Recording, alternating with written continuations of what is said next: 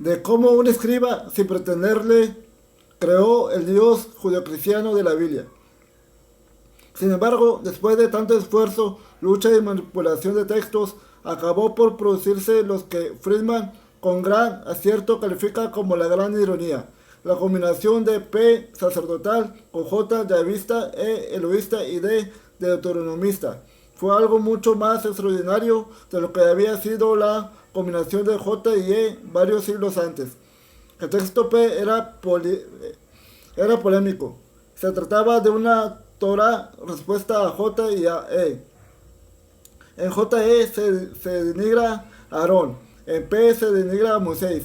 JE asume que cualquier levita puede ser sacerdote.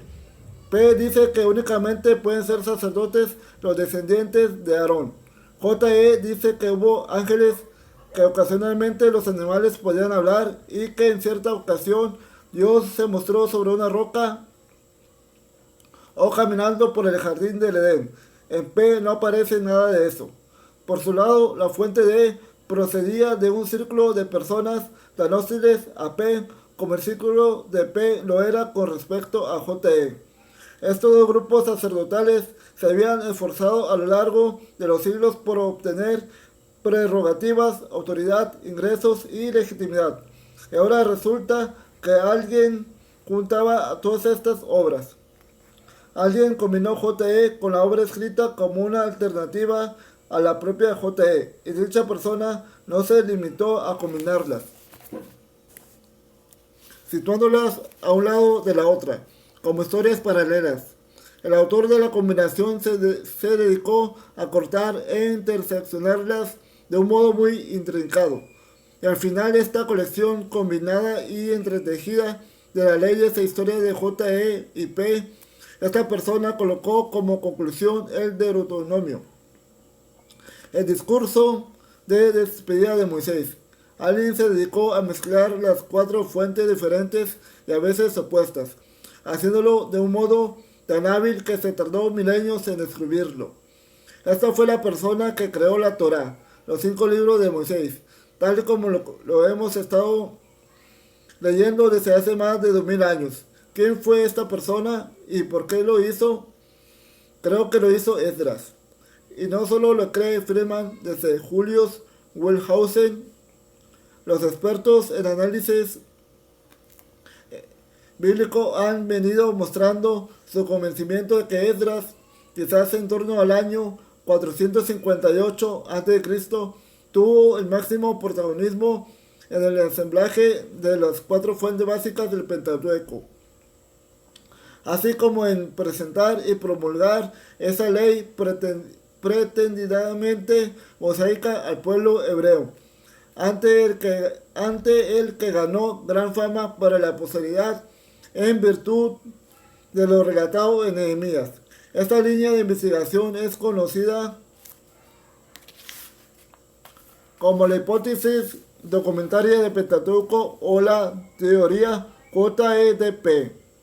Pero Esdras, ese sacerdote arónida, legislador y escriba que los analistas bíblicos bautizaron hace ya mucho tiempo como redactor, al combinar los textos de todas esas fuentes, logró algo mucho más sustancial e inesperado, puesto que acabó diseñando una nueva imagen de Dios que, sin ser la identidad en la que creían los escritores bíblicos, quedó fijada como la identidad divina en la que se empezaría a creer desde entonces. Cuando el redactor combinó todas las fuentes, concluye Richard Elliot Friedman, también mezcló dos imágenes diferentes de Dios. Al hacerlo así configuró un nuevo equilibrio entre las cualidades personales y trascendentales de la divinidad. Surgió así una imagen de Dios que era tanto universal como intensamente personal.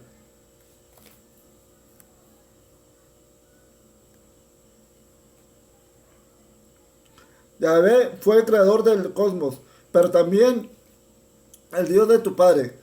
La fusión fue artísticamente dramática y teológicamente profunda, pero también estaba llena de una nueva tensión. Representaba a los seres humanos entablando un diálogo personal con el Creador Todopoderoso del universo.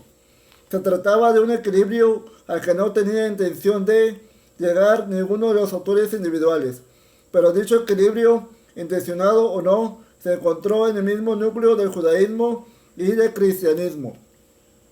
Al igual que Jacob en Penuel, ambas religiones han existido y se han esforzado desde siempre con una divinidad cósmica y, sin embargo, personal. Y esto se puede aplicar tanto al teólogo más sofisticado como al más sencillo de los creyentes. En el último término, las cosas están en juego, pero a todo ser humano se le dice: el creador del universo se preocupa por ti, una idea extraordinaria, pero una vez más, tal idea no fue planeada por ninguno de los autores. Probablemente ni siquiera fue ese el propósito del redactor. La idea se hallaba tan inextricablemente inmersa en los propios textos, que el redactor no pudo hacer más que ayudar a producir la nueva mezcla en la medida en que se mantuvo fiel a sus fuentes. La unión de las dos fuentes produjo otro resultado aún más paradójico. Creó una nueva dinámica entre la justicia y la misericordia de Yahvé.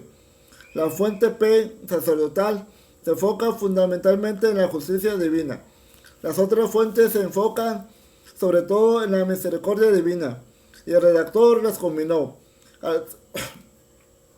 Al hacerlo así, creó una nueva fórmula en la que tanto la justicia como la misericordia se encontraban equilibradas como no lo había estado hasta entonces.